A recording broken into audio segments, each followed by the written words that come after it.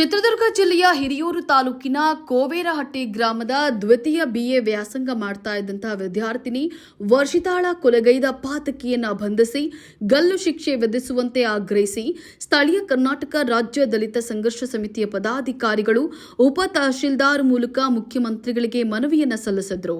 ಪರಿಶಿಷ್ಟ ಜಾತಿಗೆ ಸೇರಿದ ವರ್ಷಿತಾ ವಿದ್ಯಾಭ್ಯಾಸದೊಂದಿಗೆ ಹಲವು ಕನಸು ಕಂಡಿದ್ದು, ಆದರೆ ಪಾತಕಿ ಅವಳನ್ನ ಗುರಿಯಾಗಿಸಿಕೊಂಡು ಕಳೆದ ಆಗಸ್ಟ್ 19ರಂದು ಗಂಭೀರ ಸ್ವರೂಪದ ಕೊಲೆ ಮಾಡಿದ್ದಾನೆ.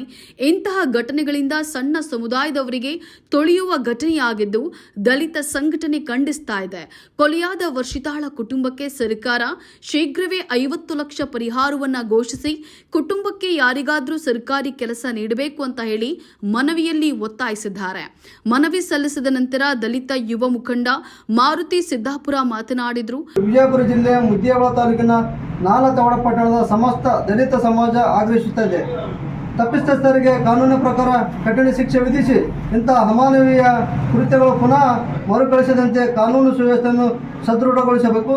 ಕೊಲೆಯಾದ ವರ್ಷಿತಾ ಪರಿಶಿಷ್ಟ ಜಾತಿ ಜನಾಂಗಕ್ಕೆ ಸೇರಿದ್ದು ಸಮಾಜದಲ್ಲಿ ದುರ್ಬಲರ ಮೇಲೆ ಜರುಗುವಂಥ ಇಂತಹ ಅಮಾನವೀಯ ಅತ್ಯಾಚಾರ ಮತ್ತು ಕೊಲೆ ಪ್ರಕರಣಗಳು ನಡೆಯದಂತೆ ತಡೆದು ಸಮಾಜದ ದುರ್ಬಲ ಸಮುದಾಯಕ್ಕೆ ರಕ್ಷಣೆ ನೀಡುವುದು ಸರ್ಕಾರದ ಆದ್ಯ ಕರ್ತವ್ಯವಾಗಿದೆ. ಆದ್ದರಿಂದ ಸದರಿ ಪ್ರಕರಣದ ಎಲ್ಲ ಆರೋಪಿಗಳಿಗೆ ಶೀಘ್ರವಾಗಿ ಕಠಿಣ ಶಿಕ್ಷೆ ವಿಧಿಸುವಂತೆ ವಿನಂತಿಸಿಕೊಳ್ಳುತ್ತೇವೆ. ಕೊಲೆಯಾಗಿರುವ ವರ್ಷಿತಾಳ ಕುಟುಂಬಕ್ಕೆ ಸರ್ಕಾರವು 50 ಲಕ್ಷ ರುಗಳ ಪರಿಹಾರ ಹಾಗೂ ಅವಲಂಬಿತ ಕುಟುಂಬ ಸದಸ್ಯರಿಗೆ ಸರ್ಕಾರಿ ನೌಕರಿ ಒದಗಿಸಬೇಕು. ಪ್ರತಿಗಳು ಗೃಹ ಮಂತ್ರಿಗಳು ಕರ್ನಾಟಕ ಸರ್ಕಾರ ವಿಧಾನಸೌಧ ಬೆಂಗಳೂರು, ಸಮಾಜ ಕಲ್ಯಾಣ ಇಲಾಖೆ ಸಚಿವರು ವಿಧಾನಸೌಧ ಬೆಂಗಳೂರು. 8/2022ರಂದು ಚಿತ್ರದುರ್ಗ ಜಿಲ್ಲೆಯ ಹಿರಿಯೂರು ತಾಲೂಕಿನ ಕೋವೇರಹಟ್ಟಿಯ ಗ್ರಾಮದಲ್ಲಿ ವರ್ಷಿತಾ ಎಂಬ ದ್ವಿತೀಯ PUC ವ್ಯಾಸಂಗ ಮಾಡ್ತಿರುವ ವಿದ್ಯಾರ್ಥಿ ಮೇಲೆ ದುಷ್ಕರ್ಮಿ ಅವಳನ್ನು ಅಪಹರಿಸಿ ಅತ್ಯಾಚಾರ ಮಾಡಿ ಅವಳನ್ನು ಕೊಲೆ ಮಾಡಿರುವುದನ್ನು ಇವತ್ತು ನಾವು ತೀವ್ರವಾಗಿ ಈ ನಾಲತೋಡ್ ಪಟ್ಟಣದ ಎಲ್ಲ ದಲಿತ ಸಮಾಜದವರು ಕೂಡ ನಾವು ಅತ್ಯಂತ ತೀವ್ರವಾಗಿ ಖಂಡಿಸುತ್ತೇವೆ. ಇವತ್ತು ರಾಜಾಡಳಿತ ಮಾಡ್ತಿರ್ತಕ್ಕಂಥ ಸರ್ಕಾರ ಏನು ಶೋಷಿತರಾಗಿರ್ತಕ್ಕಂಥ ದುರ್ಬಲರ ಪರವಾಗಿರಬೇಕು, ಇವತ್ತು ಮೇಲ್ವರ್ಗದವರ ಪರವಾಗಿ ಇದೆ ಅಂತಕ್ಕಂಥದ್ದು ಇಲ್ಲಿ ಮೇಲ್ನೋಟಕ್ಕೆ ಕಂಡು ಬರ್ತಾ ಇದೆ. ಅತ್ಯಾಚಾರವಾಗಿ ಈ ಘಟನೆ ನಡೆದು 4-5 ದಿವಸ ಆದರೂ ಕೂಡ ಆರೋಪಿಗಳು ಬಂಧಿಸುವಲ್ಲಿ ಇವತ್ತು ಪೊಲೀಸ್ ಇಲಾಖೆ ವಿಫಲವಾಗಿದೆ. ಯಾರೋ ಒಬ್ಬರನ್ನು ಬಂಧಿಸಿ ಒಂದು ನುಣುಚಿಕೊಳ್ಳುವಂಥ ವ್ಯವಸ್ಥೆ ಮಾಡ್ತಾ ಇದೆ.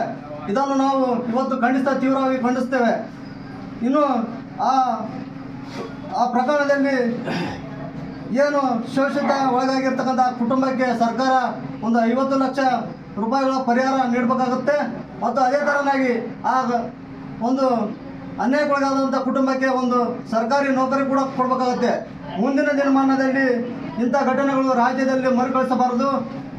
ಇದೇ ಥರ ಆದರೆ ಈ ವೇಳೆ ನೀಲಪ್ಪ ಸಿದ್ದಾಪುರ, ನಾಗಪ್ಪ ಲೊಟಗೇರಿ, ಭೀಮಪ್ಪ ಲೊಟಗೇರಿ, ಮಹದೇವ ಶಾಂತಗಿರಿ, ಪ್ರವೀಣ ಶಾಂತಗಿರಿ, ಬೈಲಪ್ಪ ಜಾಲಿಗಿಡದ, ಶ್ರೀಶೈಲ್ ಜುಂಜಾವರ, ಸಂತೋಷ್ ಕಟ್ಟಿಮನಿ, ಮೌನೇಶ ಸಿದ್ದಾಪುರ, ಹನುಮಂತ ಬೇವಿನಕಟ್ಟಿ ಹಾಗೂ ಕಟ್ಟಿಮನಿ ಇದ್ರು. ಮನವಿ ಸ್ವೀಕರಿಸಿದ DTN ದೊರೆ ಅವರು ಮನವಿ ಗಂಭೀರವಾಗಿ ಪರಿಗಣಿಸಿ ರವಾನಿಸುತ್ತೇನೆ ಅಂತ ಹೇಳಿ ಭರವಸೆಯನ್ನ ನೀಡಿದ್ರು. ಜಿಲ್ಲಾಧಿಕಾರಿಗಳ ಮುಖಾಂತರ ಸರ್ಕಾರಕ್ಕೆ ವರದಿ ಸಲ್ಲಿಸಲಾಗುವುದು.